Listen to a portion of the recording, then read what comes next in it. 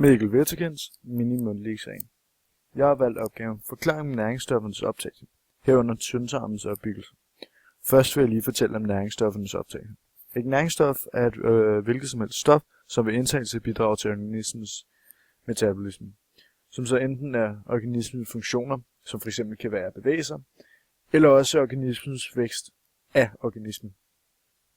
Og næringsstoffet, som er i maden, transporteres gennem munden, hvor vi spiser det i munden, gennem spiserøret, og så ned i maven, hvor vi så henholdsvis i tyndtarmen og tyktarmen optager det.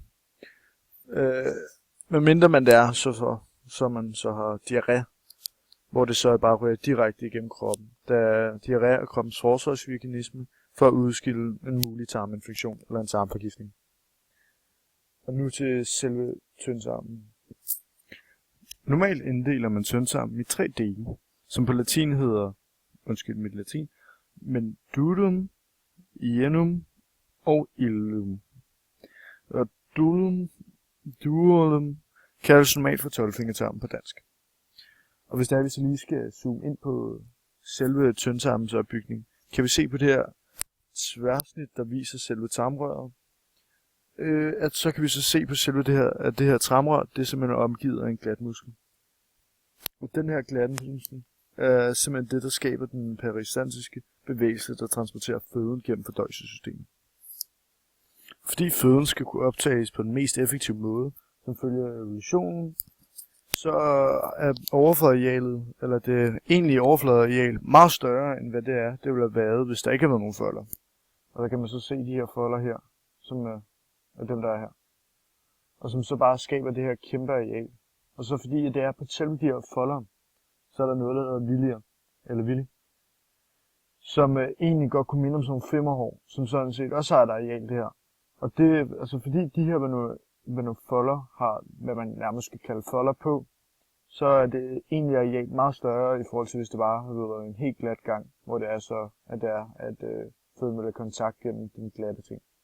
Men så også fordi det er, at arealet er så meget større, nu når der er de her folder og viljer på, så er mængden af mad, eller det her flydende substans, eller opløste, eller nedbrudte fløde, det altså, kan simpelthen komme i kontakt med meget mere af de her cellevæg, og derfor komme ud i blodet. Altså meget mere effektivt i forhold til, hvis det bare var en glat væg.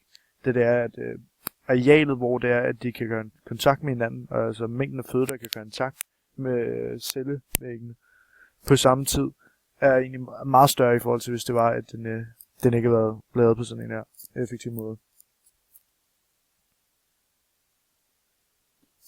For bare at vise, hvor ekstremt effektivt det her er. Så på selve de her folder, der er jo viljer. Men på selve de der viljer, der er simpelthen nogle mikroviljer. Hvor de er så små, at der er flere af de her viljer på at den enkelte celle. Når næringsstoffer såsom kulhydrater, fedt og proteiner er blevet nedbrudt, bliver de optaget gennem kapillærerne i villerne. Som så er de her bulloder, hvor det så bliver transporteret væk fra tyndtarmen. Og størstedelen af næringsstofferne, der bliver optaget i henholdsvis tyktarmen og tyndtarmen, bliver altså optaget i tyndtarmen. Og det er især fordi, der er så effektiv en optagelse.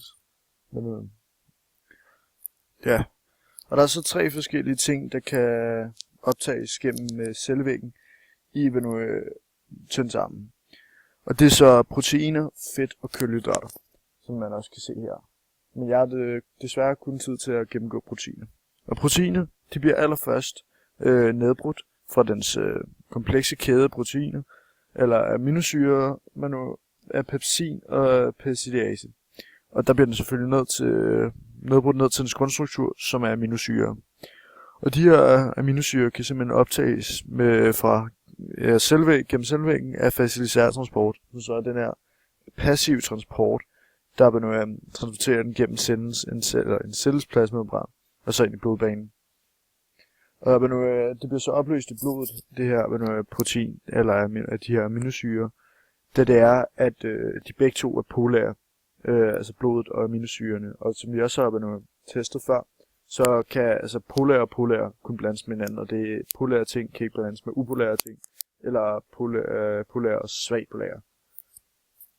Så efter er blevet optaget i blodet, så kan vi jo så endelig begynde at bruge det i kroppen. Ja, tak for tiden, og jeg lader ikke blive syg, hvis du gør mig 12. Nej, det er jo. Du må have en god aften, og tak for det.